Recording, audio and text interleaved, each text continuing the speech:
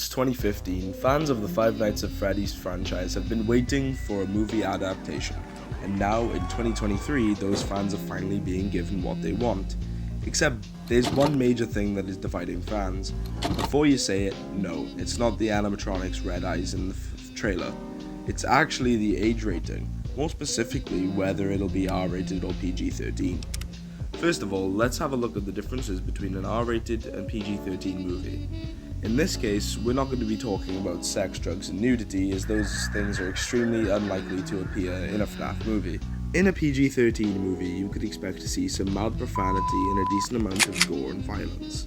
Things like the S word and the A word would be used quite a bit, but still in moderation. The F word would be allowed once or twice as long as it's a simple FU or something. It is not allowed if it's in a sexual context because that gets you an R rating. Gore and violence-wise, you'd maybe see gunshots and gunshot wounds, mild stab wounds, stabbings that don't show too much guts and blood spatters, etc. In an R-rated film, most of these constraints go out the window. The F word is allowed to be used more frequently, and the uses of the S and A word are still there quite a lot. The most noticeable difference is the lack of constraints on gore and violence. This stuff can be hard to watch. Like beheadings, any limb being severed in detail, lots of guts, and way more blood than a PG-13 would allow. Films like The Terrifier 2 very much show this. Now, why is this important to the FNAF movie? You might be thinking it's because the stories from the first game has always been rather dark and disturbing. When people say it's a kid's game, yes, the gameplay may be for kids. If you're like me and you played a lot of video games when you were a child, then this is the place for you. The story is far from that. The story of a tortured man who takes out his wrath violently on innocent children is definitely something that I would advise parents to keep their kids away from. However, the games tell all of this through passive storytelling, like 8-bit minigames and such. The Springlock failure is a perfect example of this. William Afton puts on the Springlock suit with improper preparation, and the moisture from the ceiling triggers the Springlocks to activate, causing him to be impaled and crushed, convulsing on the ground in a pile of his own blood.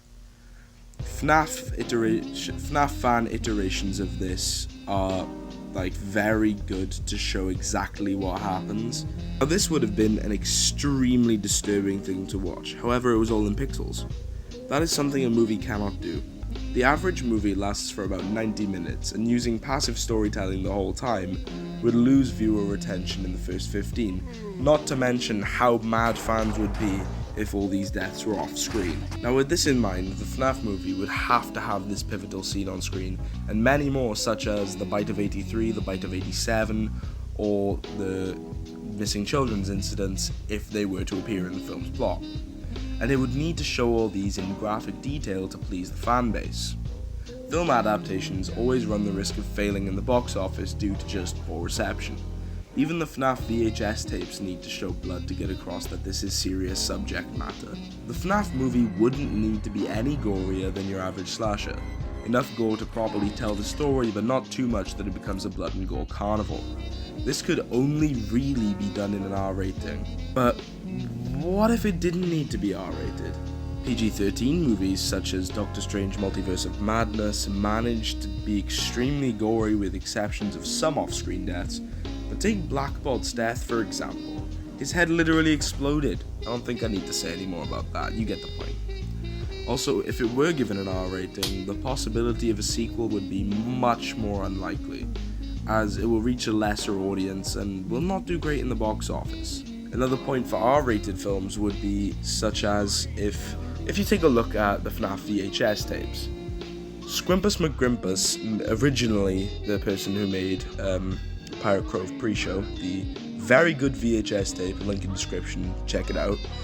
But the original version made by him is age restricted because of the amount of disturbing subject matter in it. Paddington made his version, which is still extremely disturbing and I do recommend watching, but it's more on the level that it doesn't end up being age restricted. So thinking about it, either rating bodes well and badly for the FNAF movie, and it will have to find ways to cater to both audiences through giving as much gore as you can, but in a PG-13 setting for the wider audience to be able to see it.